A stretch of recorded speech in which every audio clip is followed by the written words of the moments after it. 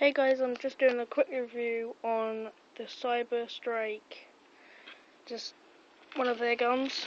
I'm not sure what it's called, but yeah, I have the box somewhere. It's just a small electric BB gun, I guess. It's okay.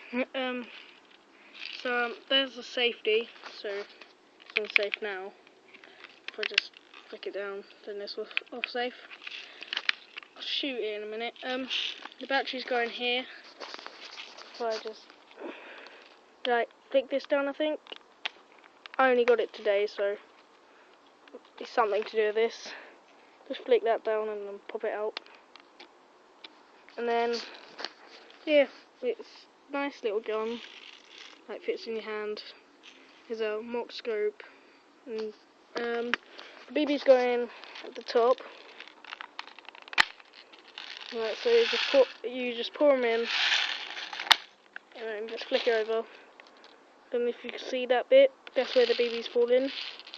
So yeah, I'm gonna go shoot it now. I just set up tin can on a box. I'm doing it from it's